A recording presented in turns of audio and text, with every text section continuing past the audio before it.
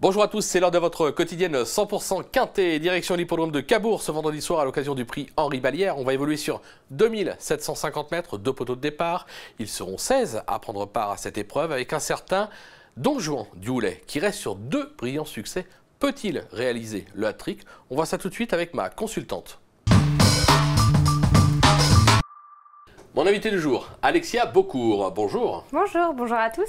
Allez, on attaque le défilé des partants. On commence par l'As, Darwin du Rib.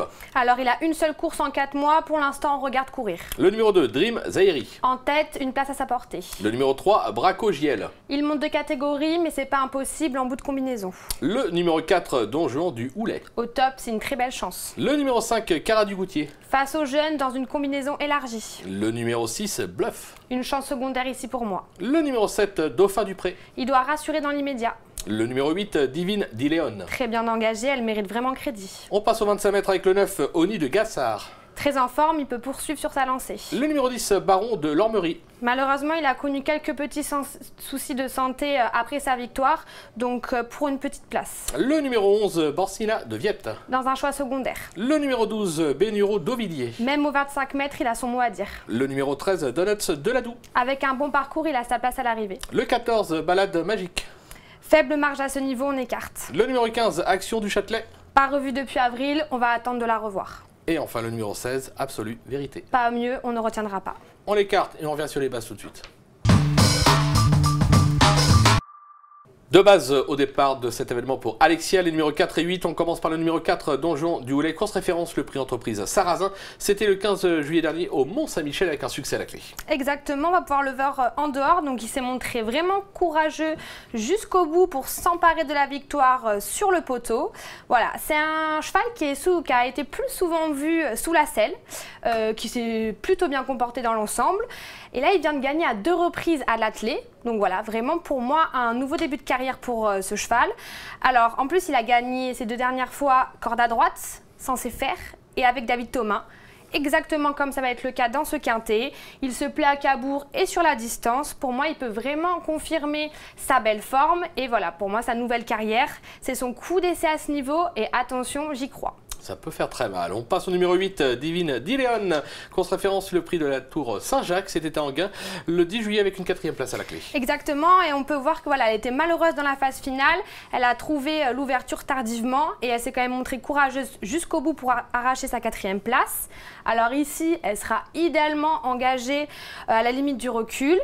Elle a très bien fait, donc comme on l'a vu en dernier lieu, à Enghien. Elle a déjà remporté 3 succès à main droite, donc à l'aise dans cette configuration. Et sur la piste du jour, elle a déjà gagné également. Elle sera d'épée comme lors de sa dernière tentative, donc c'est une configuration qui lui convient très bien. Elle déçoit rarement. En tête, pour moi, elle a une très belle carte à jouer. Je suis convaincu. Allez, maintenant on va voir les challengers. Côté Challenger, petit focus sur 3 d'entre eux avec les numéros 9, 12, 13. On commence par le numéro 13, Donuts de Ladoux, qui a déjà triomphé sur ce parcours. Exactement. Il a eu une pause donc au printemps et désormais il a 2 parcours dans les jambes.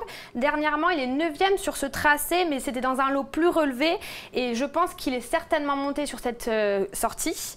C'est un très bon droitier qui a déjà gagné sur le parcours. Voilà, il sera pieds nus. Il n'a pas été revu dans cette configuration depuis le mois de décembre.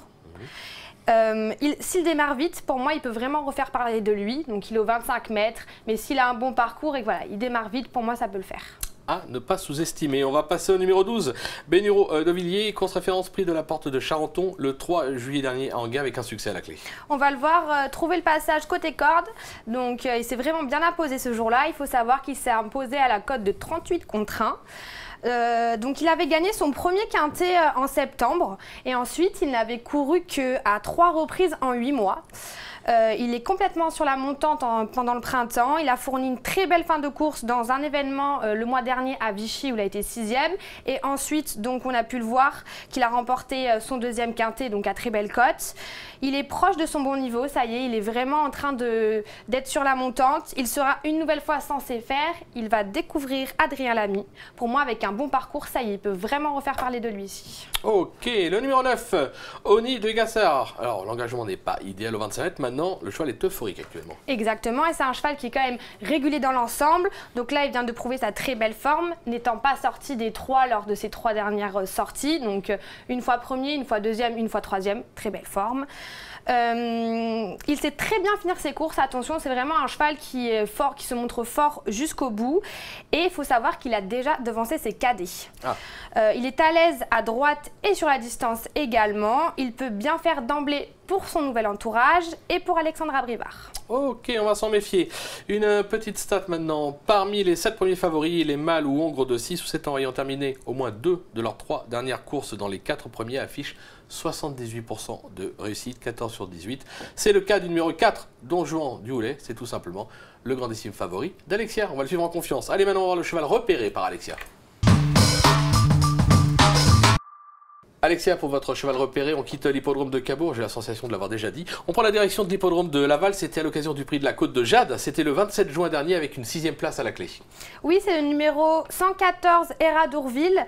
Donc on va pouvoir voir sa course de rentrée. Il faut savoir qu'elle a été absente depuis le mois de janvier.